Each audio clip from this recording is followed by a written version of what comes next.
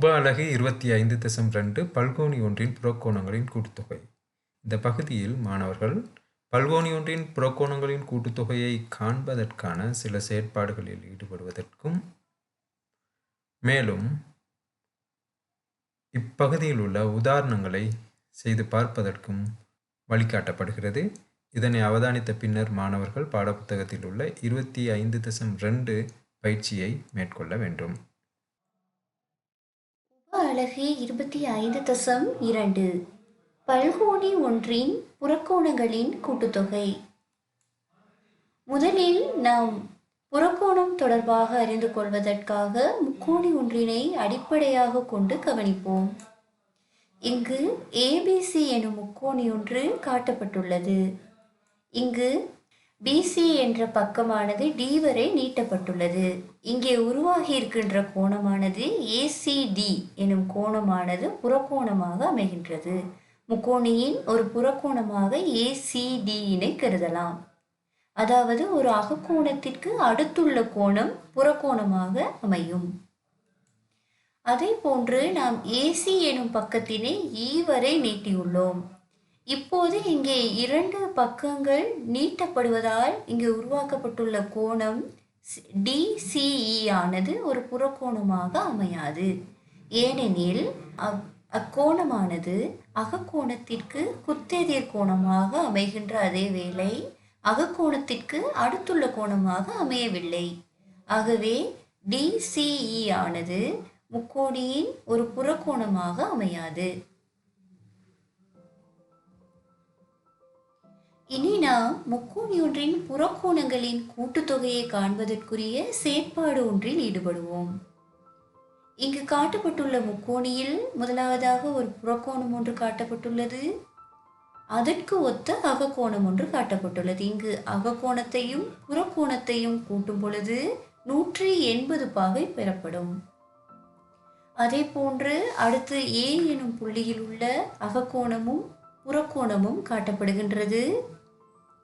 அவ்விரண்டு கோணங்களையும் கூட்டும் பொழுதும் 180 பாகை பெறப்படும்.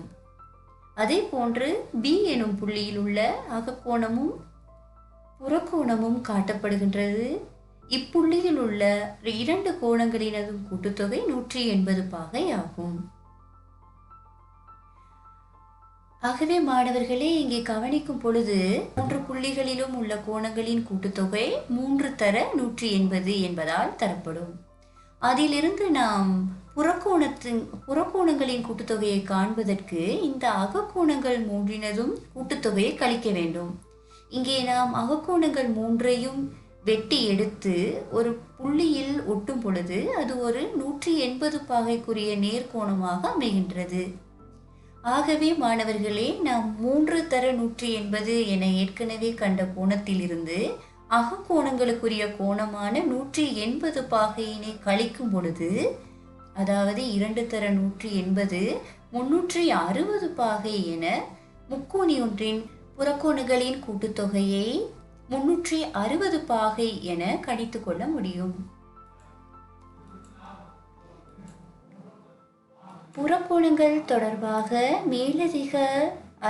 மேலதிக அறிவினை பெற்றுக்கொள்வதற்காக நாட்பக்கல் ஒன்றினை அடிப்படையாக கொண்டு கவனிப்போம்.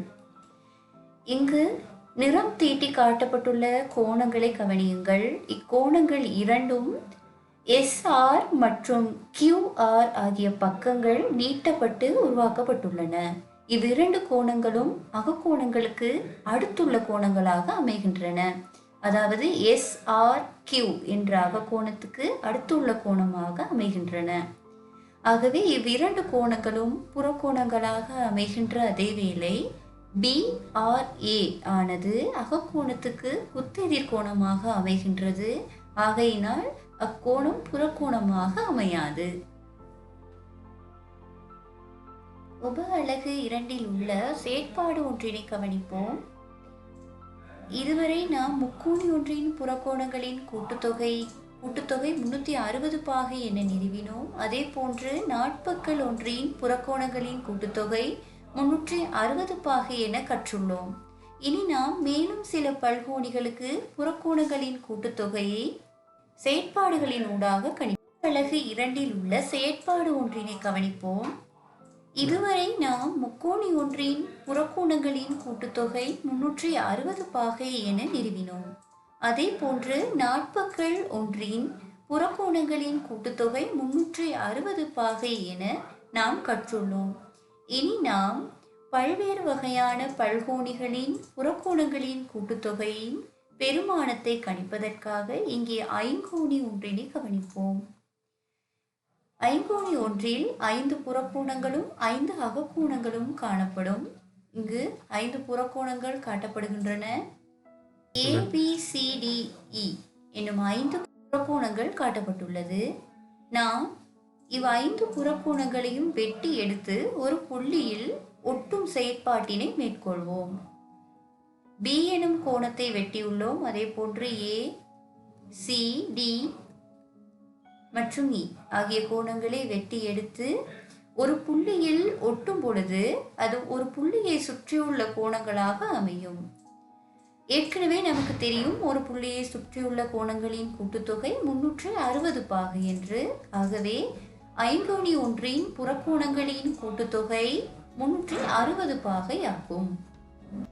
மாணவர்கள் இச்செயற்பாட்டினை ஐங்கோணி ஒன்றினை வரைந்து அதில் புறக்கோணங்களை குறித்து கொண்டு அவ் 5 கோணங்களையும் வெட்டி எடுத்து ஒட்டுவதன் மூலம் இச்செயற்பாட்டினை மேற்கொள்ள முடியும். அதே போன்று மாணவர்களே அறுகோணி ஒன்றின் புறக்கோணங்களின் கூட்டுத்தொகையை காண்பதற்காக இங்கே அறுகோணி ஒன்று வரையப்பட்டுள்ளது. அவ்வறுகோணியில் 6 கோணங்கள் காணப்படும். ஆகவே 6 புறக்கோணங்கள் காட்டப்பட்டுள்ளன. இந்த 6 புறக்கோணங்களையும் வெட்டி எடுத்து ஒரு புள்ளியில் ஒட்டும் பொழுது இங்கும் 360 பாகை பெறப்படும். அதாவது ஒரு புள்ளியை சுற்றி உள்ள கோணங்களாக அமையும். நீங்கள் இதே போன்று எத்தனை பக்கமுடைய பல்கோணிகளுக்கும் புறக்கோணங்களை வரைந்து அதனை வெட்டி எடுத்து இவ்வாறு ஒரு புள்ளியில் ஒட்டும் பொழுது உங்களுக்கு 360 பாகை பெறப்படும். எனவே மாணவர்களே, பல்கோணி ஒன்றின் எந்த ஒரு பல்கோணியினதும் புறக்கோணங்களின் கூட்டுத்தொகை 360 பாகை ஆகும். இதற்கு முன்னர் செயற்பாடுகளினூடாக பல்கோணியின் புறக்கோணங்களின் கூட்டுத்தொகையானது 360 பாகை என கண்டோம். அதை நாம் கணிப்புகளின் மூலம் இனி வாய்ப்பு பார்ப்போம். n பக்கங்களை கொண்ட பல்கோணியில் n அகக்கோணங்களும் n புறக்கோணங்களும் உண்டு என்பது நாம் அறிந்த விடயம். ஒரு பல்கோணியில் எந்த ஒரு உச்சியிலும் அகக்கோணத்தினதும் புறக்கோணத்தினதும் பெருமானங்களின் கூட்டுத்தொகை 180 பாகை ஆகும். ஆகவே n புறக்கோணங்களினதும் அகக்கோணங்களினதும் கூட்டுத்தொகை 180 பாகை தர n என்பதால் தரப்படும். n அகக்கோணங்களின் கூட்டுத்தொகை நாம் ஏற்கனவே நிறுவியது போன்று n/2 முக்கோணிகளின் அகக்கோணங்களின் கூட்டுத்தொகைக்கு சமனாக காணப்படுகின்றது. அதாவது 180 பாகை n/2. ஆகவே n புறக்கோணங்களின் கூட்டுத்தொகையானது 180 பாகை n, அதாவது புறக்கோணங்களினதும் அகக்கோணங்களினதும் கூட்டுத்தொகையிலிருந்து 180 பாகை n/2 அகக்கோணங்களின் கூட்டுத்தொகையானது கழிக்கப்பட்டுள்ளது. அவ்வாறு கழிக்கும் பொழுது 180 பாகை n -180 பாகை n சயத்தர சக 360 பாகை என பெறப்படும். ஆகவே இறுதி விடையாக n புறக்கோணங்களின் கூட்டுத்தொகையானது 360 பாகையினால் தரப்படும்.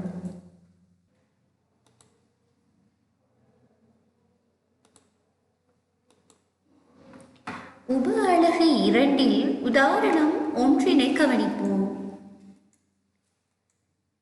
இங்கு கொடுக்கப்பட்டுள்ள வினாவானது தரப்பட்டுள்ள ஐங்கோணியில் x பாகை என குறிக்கப்பட்டுள்ள புறக்கோணத்தின் பெருமானத்தை காண்க. வரைபடம் தரப்பட்டுள்ளது. இங்கு ஐங்கோணியில் புறக்கோணங்கள் அனைத்தும் குறித்து காட்டப்பட்டுள்ளன. அதில் x என்பது தெரியாத கோணமாக காணப்படுகின்றது. அதன் பெருமானத்தை காண வேண்டும். இங்கு நாம் ஏற்கனவே கண்டுள்ளோம், புறக்கோணங்களின் கூட்டுத்தொகையானது 360 பாகையினால் தரப்படும். ஆகவே இவ் 5 கோணங்களையும் கூட்டும் பொழுது 360 பாகைக்கு சமனாக இருக்க வேண்டும். அதன்படி எக்ஸ் சக 45 பாகை சக 80 பாகை சக 60 பாகை சக 90 பாகை சமன் 360 பாகை என எழுதப்படும். இதிலிருந்து இடப்புறத்தில் உள்ள இலக்கங்கள் அனைத்தையும் கூட்டுகின்ற பொழுது 275 பாகை என பெறப்படுகின்றது. எக்ஸ் சக 275 பாகை சமன் 360 பாகை எனும் சமன்பாடு பெறப்பட்டுள்ளது.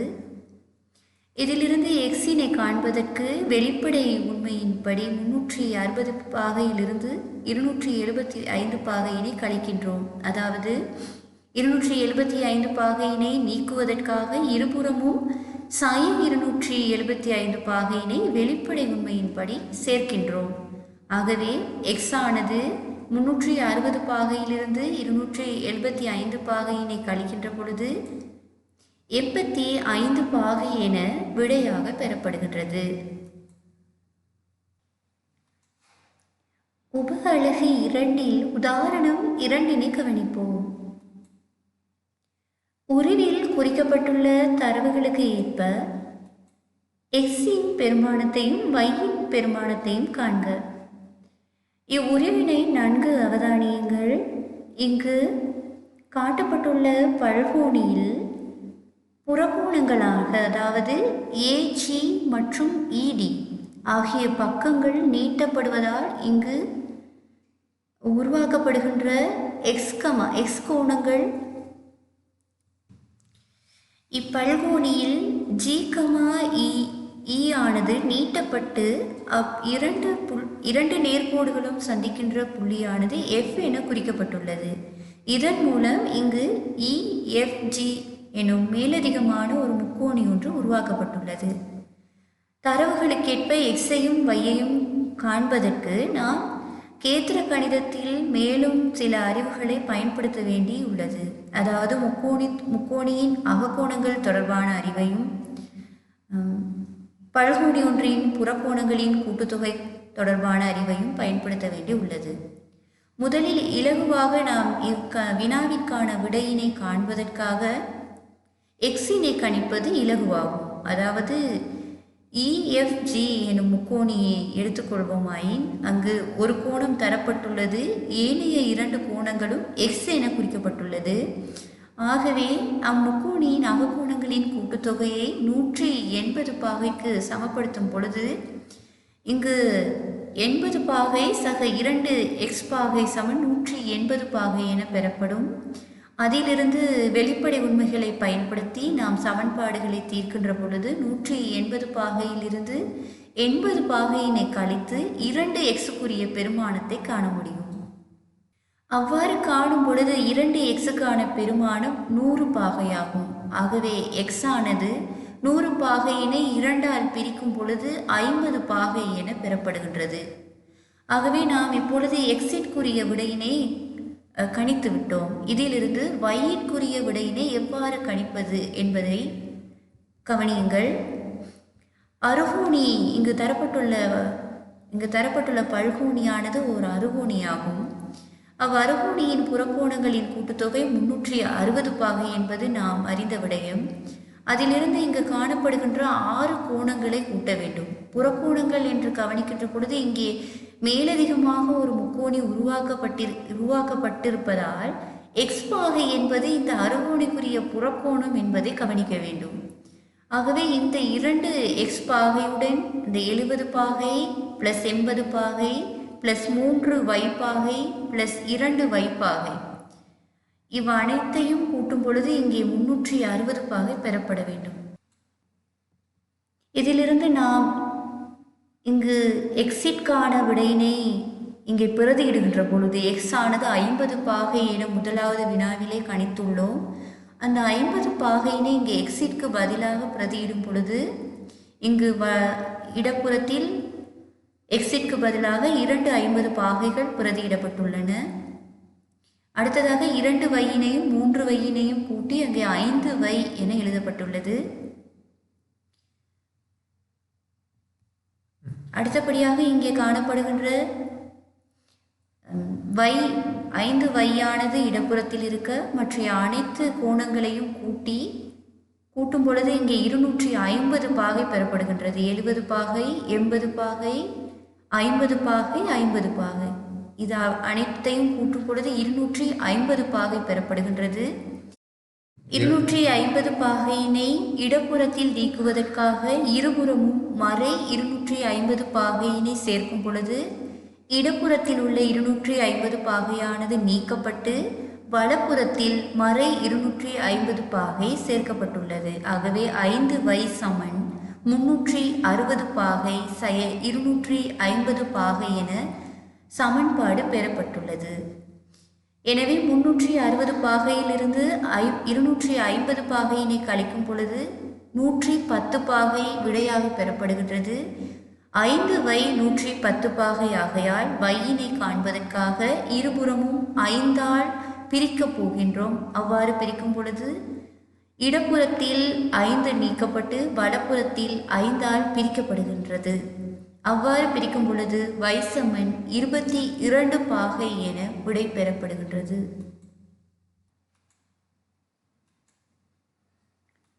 உப அலகு 2இல் உதாரணம் 3 கவனிப்போம். நாட்பக்கள் ஒன்றின் புறக்கோணங்கள் 2ற்கு 3 எனும் விகிதத்தில் அமைந்துள்ளன. ஒவ்வொரு புறக்கோணத்தினதும் பருமனை காண்க. இங்கே புறக்கோணங்களின் கூட்டுத்தொகையானது, அதாவது எந்த ஒரு பல்கோணியினதும் புறக்கோணங்களின் கூட்டுத்தொகை 360 பாகை என்பது நாம் அறிந்த விடயம். 4 புறக்கோணங்களினதும் விகிதம் 2ற்கு 3 என தரப்பட்டுள்ளது. இங்கு விகிதத்தில் மொத்த பங்கை காணும் பொழுது இங்கே 2 சக 2 சக 3 சக 3 அனைத்தையும் கூட்டும் பொழுது 10 பங்கு வருகிறது. மொத்தமாக 10 பங்கு பெறப்படுகின்றது. 10 பங்கில் 2 பங்கு ஒரு கோணமாகவும், 10இல் இன்னும் 2 பங்கு ஒரு கோணமாகவும், 10இல் 3 பங்கு ஒரு கோணமாகவும், 10இல் 3 பங்கு இன்னொரு கோணமாகவும் அமைகின்றது. புதிய கோணத்தை முதலில் காண்போம். மொத்தமாக 360 பாகை, அதில் 10இல் 2 பங்கு எவ்வளவு என்று கணிப்போம். 10இல் 2 தர 360 பாகை. இதனை சுருக்கும் பொழுது இங்கே 360 பாகையில் உள்ள 0 10இல் உள்ள 0 சுருக்கும் பொழுது 36 பாகை தர 2 72 பாகை என பெறப்படும். ஆகவே 10 பங்கில் 2 பங்கிற்குரிய கோணம் 72 பாகை. ஆகவே ஒரு கோணம் 72 பாகை, இன்னொரு கோணமும் 72 பாகை ஆகும். அடுத்தது 3 பங்குக்குரிய கோணத்தை காண்போம். 10இல் 3 பங்கு 360 பாகைக்கு எவ்வளவு என்று கணிக்கும் பொழுது இங்கேயும் அதே போன்று சுருக்குவோம். அவ்வாறு சுருக்கும் பொழுது இங்கே 36 பாகையினை 3ஆல் பெருக்க வேண்டும். அவ்வாறு பெருக்கும் பொழுது 108 பாகை. ஆகவே 10 பங்கில் 3 பங்கிற்குரிய கோணம் 108 பாகை ஆகும். ஆகவே 4 புறக்கோணங்களையும் இப்பொழுதே எம்மால் எழுத முடியும். 2 பங்கிற்குரிய கோணம் 72 பாகை, அடுத்த 2 பங்கிற்குரிய கோணம் 72 பாகை, அடுத்த 3 பங்கிற்குரிய கோணம் 108 பாகை, அடுத்த 3 பங்கிற்குரிய கோணம் 108 பாகை ஆகும்.